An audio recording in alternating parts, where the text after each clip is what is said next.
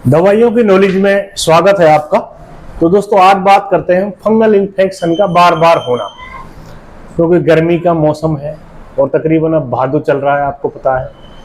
तो दोस्तों आजकल स्किन डिजीज है जो काफ़ी हद तक दोबारा रिपीट हो रही है, और ख़ास करके दाद का होना और दाद का बार बार होना।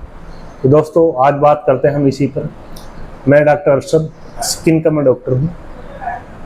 तो दोस्तों यही बताने जा रहे हैं बस दाद बार बार क्यों होता है, और जब खूब मेडिसिन कराने के बाद भी ये दाद बार बार क्यों होता है। तो पहले नंबर पे दोस्तों बात करते हैं मेडिसिन कराने के बाद में भी ये दाद क्यों होता है। तो दोस्तों जो मेडिसिन जब हम करा लेते हैं तब ये जो ये फंगल इन्फेक्शन है, दाद का होना, तो दोस्तों पहले क्या होता है, हम जहाँ से भी स्किन डॉक्टर से इलाज कराते हैं, हम जो भी हमें टाइम और समय बताया जाता है उस टाइम हम पूरा इलाज नहीं करा पाते।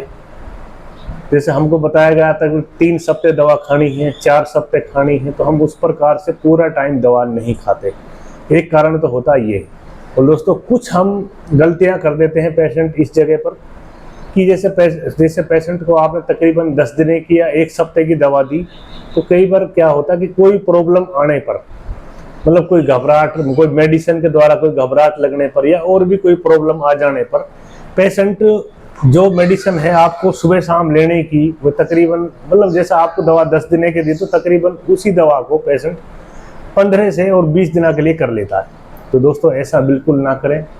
ऐसा करने से आपका फंगल इन्फेक्शन कंटिन्यू बना रहेगा, कभी खत्म नहीं होगा, ये कन्फर्म है। चाहे आपकी प्रॉब्लम चाहे 2 साल पुरानी हो, 6 साल पुरानी हो, अगर आप मेडिसिन इस प्रकार खाते हो तो आपको तकरीबन आपने मेडिसिन 10 दिन का लिया और आप उसी मेडिसिन को बजाय 10 दिन में खत्म करने में आप उसको उसी मेडिसिन को 15 या 20 दिन चलाते हो, तो दोस्तों इससे आपका फंगल इन्फेक्शन बिल्कुल भी खत्म नहीं होगा।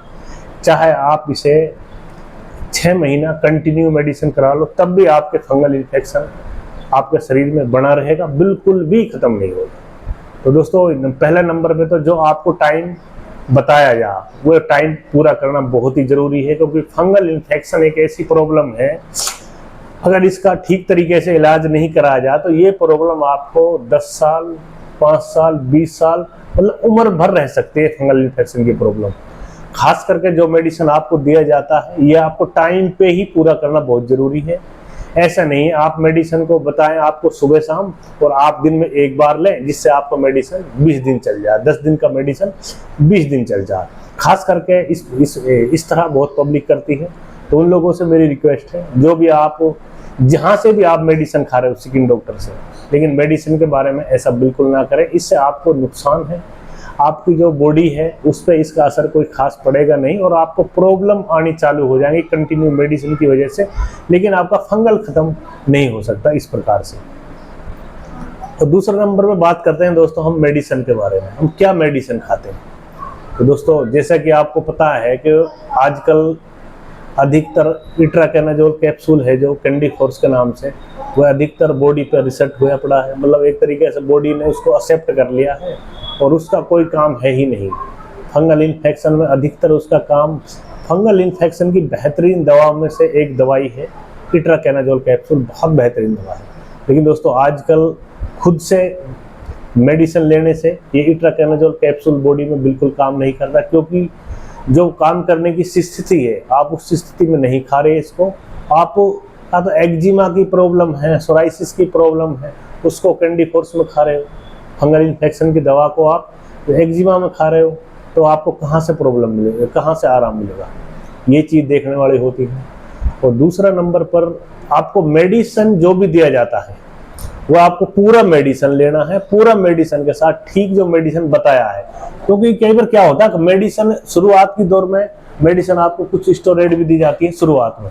तो दोस्तों शुरुआत जैसे आपकी प्रॉब्लम काफ़ी हद तक कंट्रोल में हो जाती है, फिर कुछ खाने की जो मेडिसिन है और लगाने की जो क्रीम वगैरह है उसकी जगह क्रीम की जगह मॉइस्चराइजर दिए जाते हैं, और खाने की जो टेबलेट है आपको, जैसे भी आपको इट्राकेनाजोल वगैरह जो कैप्सूल दे रखे हैं या कोई खाने की और टेबलेट दे रखे हैं, तो वे उनमें भी चेंजेस करना बहुत ज़रूरी होता है।